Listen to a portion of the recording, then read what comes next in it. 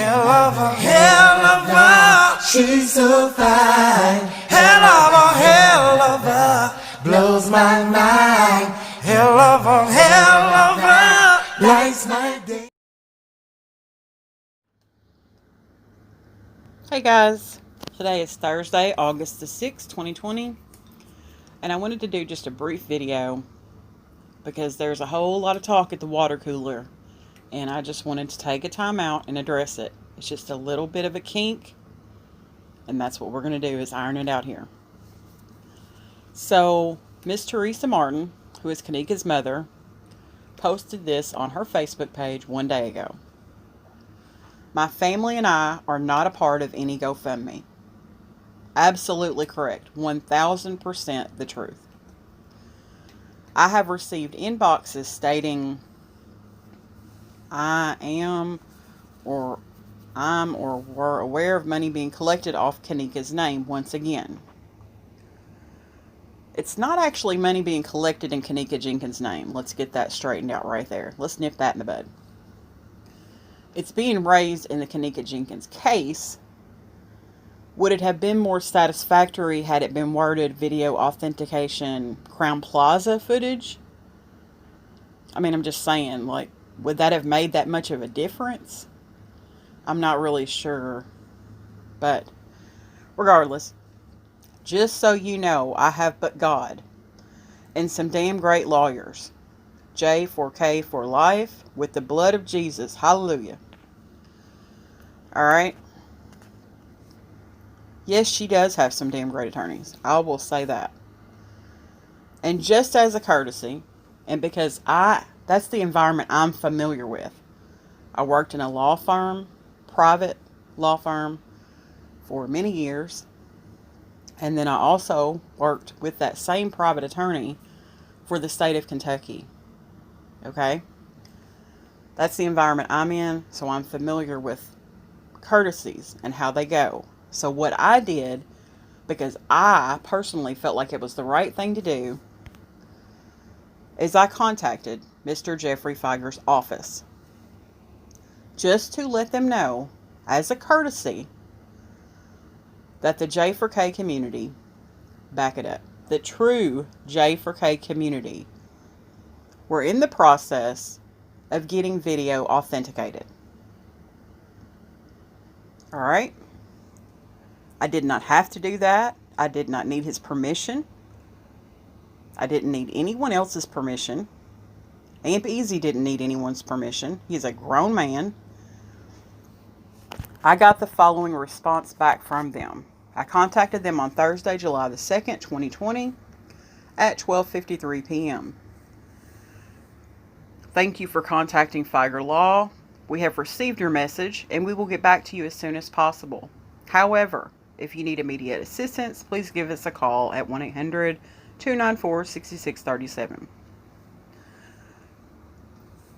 Would it have been nice if he could have said, hey, we've already done that, or hey, we plan on doing that in the future? It'd have been lovely. But I know he can't do that. I'm very familiar with what he can and can't say. So, that was just a courtesy. I didn't have to do that. So I did contact Jeffrey Feiger's office. Let's get that all the way together. Now, let's look at muckrock.com and let's look at what the Village of Rosemont said. Let's just get this ironed out.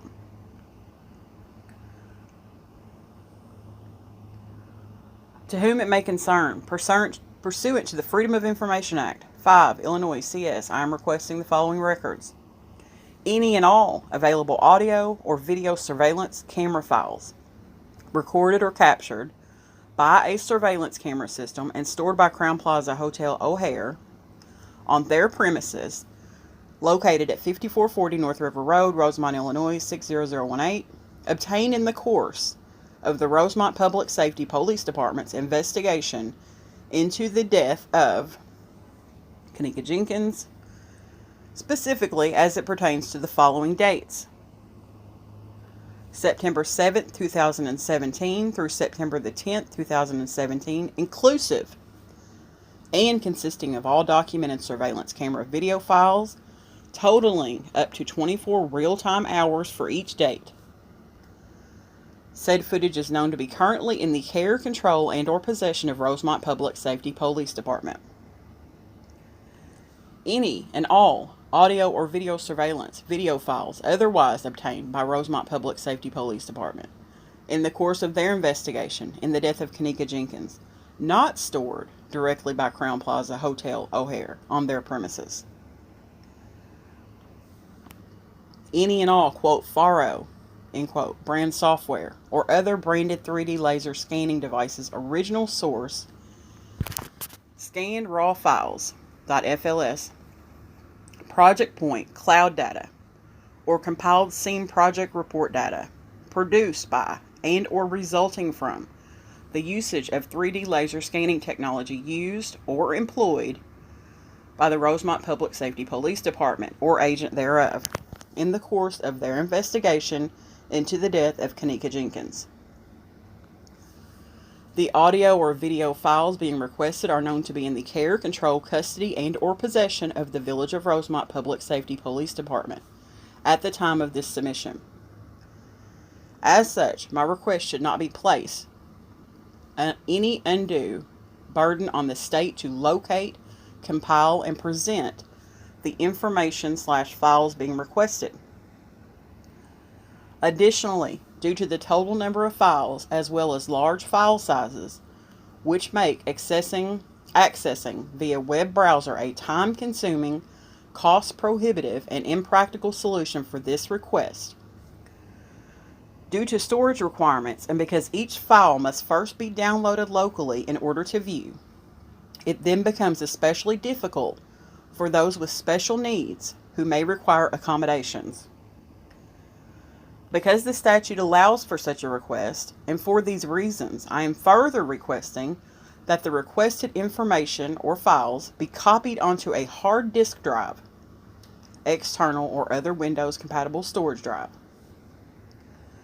The information being requested by this FOIA is being requested for the eventual purpose of dissemination through broader alternative mediums and outlets in the name of public interest. Fees.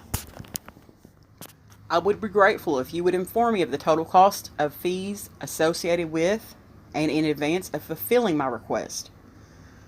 I am further requesting that the information and or files specifically sought by this request be supplied on an external hard disk drive or similar storage device, sent via U.S. Postal Service registered mail, including an electronically delivered return receipt to be addressed to an email address I shall provide, and to accompany my payment of the costs associated with the fulfillment of this request.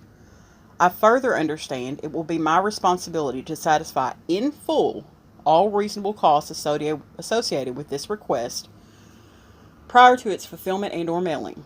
Thank you in advance for your anticipated cooperation in this matter. I look forward to receiving your response to this request within 10 days. Now, this is what the village sent back. This firm serves as the attorneys for the Village of Rosemont, the quote village, end quote. This email has been written on behalf of the village in response to your request under the Illinois Freedom of Information Act, FOIA, that was received by the village on June 29, 2020. You requested the following, and it goes through and it lists everything that was requested that I just read. Pursuant to Section 8.5 of the FOIA, please be advised that the requested records have been published online at, and it gives the Village of Rosemont's website where the records are posted. If any of your requested records do not appear to have been published online, then the village does not possess said records. Furthermore, please be advised that your request for the records to be copied onto an external hard drive does not satisfy the requirements of Section 8.5b of the FOIA because you have not stated your inability to reasonably access the requested footage online. Nevertheless, if you would like to obtain a quote hard drive, end quote, of the requested records, then you must pay the cost of said copying and the delivery of the hard drive to your requested address. The cost of the hard drive is approximately $50, and the cost of delivery depends on the address you provide. The village will not provide you with the hard drive until it receives your payment of these costs. Should you still wish to obtain a copy of the hard drive of the request, please provide me with the requested address for the delivery so that I can inform you of the costs. Finally, please be advised that this request is virtually identical to your prior request dated January 6, 2020, which the village responded to on January 9, 2020. Now, it goes down to say,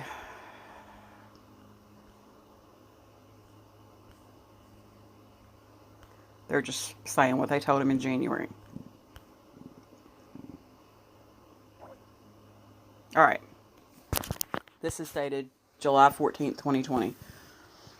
The response to your FOIA request dated June 28, 2020 is reproduced in your below email. Please feel free to contact me with any additional questions. Sincerely, Matthew D. Rose. He says, I respectfully request an estimate of the total cost, including shipping via registered U.S. Postal Service mail, to the following address of the external hard drive containing the records previously requested in a communication to your office, dated 6/29/20. He wanted the records. What he's saying is he wants an estimate of the cost for shipping this hard drive to this Mr. Justin Rosander at JSM Studios, LLC, 2491 Alluvial Avenue, Suite 88, Clovis, California, 93611. That is the person that's going to be reviewing these files, these two files. Additionally, I'm requesting that the registered mail return receipt be electronically forwarded to the following email. Once the total cost to fulfill this request is provided, payment will be made immediately. Please include the payment methods acceptable to your office or the appropriate furnishing agency. All right, they replied back to him on 7/27/20, telling him that the total cost to copy and deliver the hard drive to your requested address, which is the forensic gentleman, is $57.05. Please send a certified check or money order made out to Village of Rosemont in the amount of $57.05 to the following address. Upon receipt of said payment, the village will send you a copy of the hard drive at your requested address. Thank you for your help and cooperation. Sincerely, Matthew D. Rose. And then 7/29, AMPZ says the payment in the amount of $57.05 was mailed to the address you referenced on Monday. Please confirm upon your receipt. Thank you. Then Debbie Drayholb, the village clerk, in case you don't remember that name, that is Officer Drayholb's mother, says the Village of Rosemont received your check for $57.05. On 8/3/2020, we received the check today and will ship the hard drive tomorrow, which would have been the 4th of August. I will email you the tracking information. Sincerely, Matthew D. Rose. The expected time of delivery this Monday is this Monday coming up. The FedEx tracking number is blah. Please contact me with any questions. All right. So there's the Muckrock FOIA request right there. Plainly states what he wanted. They plainly replied back to him and told him to send $57.05, which he did out of his pocket, AMPZ. And he paid for that. Those hard drives are now en route to this JSM forensic place that's going to authenticate or not authenticate this video. All right. Then you got the invoice, which I've already showed once. It's plain as day. You can take a screenshot of it all day long. I have already went over everything on it. I'm not going to do that again. JSM Studios, LLC. It shows a complete breakdown of the charges that this gentleman is going to need before he does this. It's really very cut and dry. This is further communication from this gentleman, Justin Rosander, Since the turnaround time varies on my caseload and how many authentication analyses I have scheduled. Typically, the turnaround time is 5 to 10 business days. Lastly, considering I have received a phone call and an email regarding this authentication analysis, I must be clear before we proceed. If bitstream copies were made of the footage, all of the original metadata and binary information will still be retained within the video file copies. If, for example, if the video file was edited with an editing software, all of the original metadata and binary information would be erased and there would be a digital signature of the editing software itself, considering it was re-encoded. Along with digital signatures of editing software, the pixel information of the video itself will contain inconsistencies which would suggest informative content alteration editing. I work for the courts in order to assist, that's it on my screen, the trier of fact, and will never promise results in my client's favor. There are many times I have had to deliver the news to my clients that the video is consistent with an authentic device original, and there are no signs of editing within the video file. I will never, nor have I ever, suggested that the testing will prove or disprove my client's claims. It does not matter who sends me the file. The results will be the same. Considering I believe there is a fundraiser for this authentication analysis, it must be transparent that the video file could come back authentic. Please make sure that all parties involved are on the same page in regards to the possibility that the testing could prove the footage is an authentic device original. However, I will not know until I conduct the analysis. Period, and that's all. That's what makes me the happiest. Either it is real or it's not. And that's all we're wanting to know. So that's great. That's all we want to know. Is the footage real, authentic footage, or has it been edited and tampered with? Period. And with the results from this, we will know one way or the other, finally, after almost 3 years. So how someone can get upset behind that, I will never understand that unless you have a different agenda. Or unless you're a pot stirrer that just likes to stir the pot. Now, with all that being said, this is serious business right here. I have seen some of the ugliest behavior out of the J4K community in all the years that I've been on this. I mean, in the last week, it has gotten really ugly. I'm embarrassed. I'm ashamed. These are adults in age. Maybe not in maturity, but they are adults in age. They have children, some of them. They claim to be God-fearing people. Yet here you go on the internet running people down. I mean, in the worst, most despicable way. And I'm speaking about Chloe Alvera, Cassie. She has received some of the most horrible messages from people in the last week. I mean, technically way before then, but it has really gotten ugly in the last week. And she made a video showing all the ugly stuff that was said about her. That is so shameful and unnecessary. And it's embarrassing behavior coming from adults. I mean, it is ridiculous. Some of y'all need to take a break from social media altogether. True story. Some of y'all really need to take a break.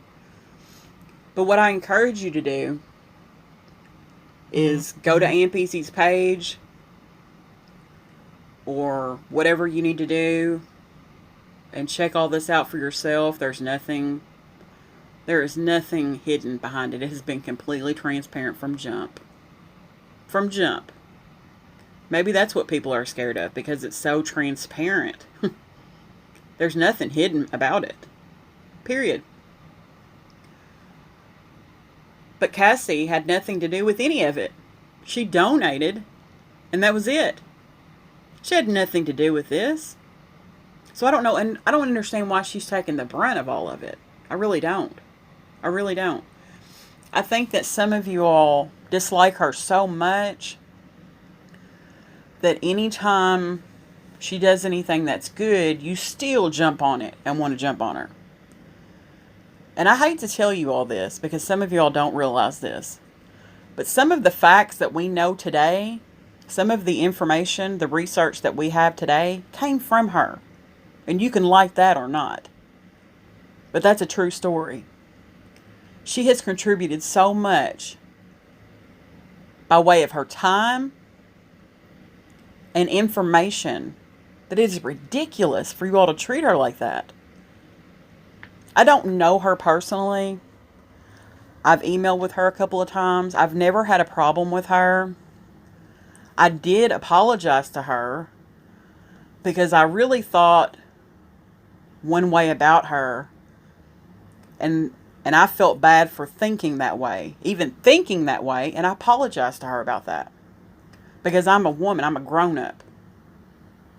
I'm about my business. And I'm going to tell you something else. She doesn't deserve it. You see these people right here? That is my grandmother and my grandfather.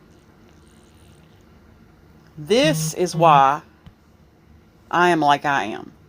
They laid the foundation for me as a person to be who I am.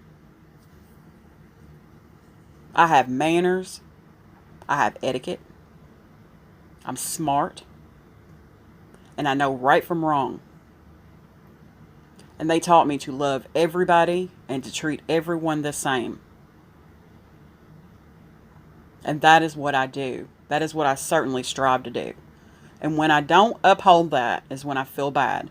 So I cannot sit here and watch people jump on her and not say something. That's not me being me. I wouldn't let somebody do it in front of me. So I'm not going to let somebody do it on here either. It's just not right. And I'll tell you another thing. Thank God they laid that foundation for me.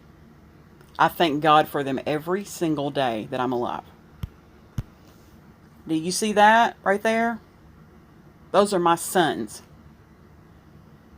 I laid their foundation just like it was laid for me so that they could be good people who know right from wrong, who don't mistreat people, who respect people. They are yes ma'am and no ma'am. Thank you, please. Hold the door open. They don't stand by and let anybody get bullied. That's what they do. And that's what I taught them to do. Because that's what I was taught. So some of y'all need to go back to your home training. I'm just saying. I'm just saying. You need to be asking somebody some questions. So I'm going to wrap it up here. But just be aware that the stuff you're doing online have consequences. And if you want to participate in that behavior of bullying somebody, which is exactly what you're doing, you are bullying her. Those consequences are what's going to come for you. You're going to have to face the piper sooner or later because what you're doing is wrong.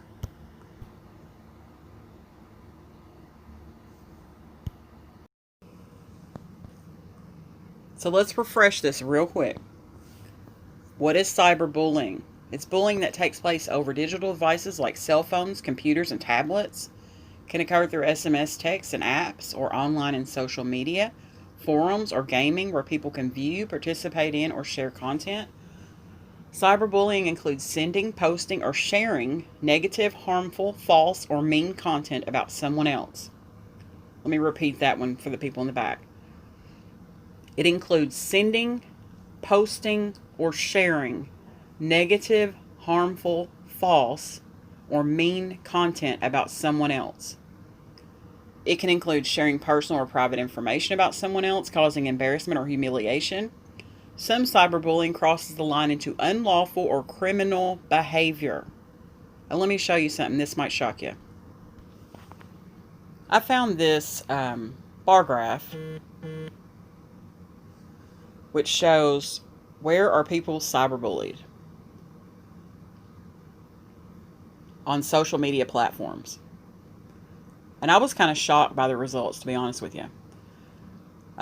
Twitter came in at 9%, YouTube came in at 10%, WhatsApp at 12%, Snapchat 31%, Facebook 37%, and Instagram at 42%.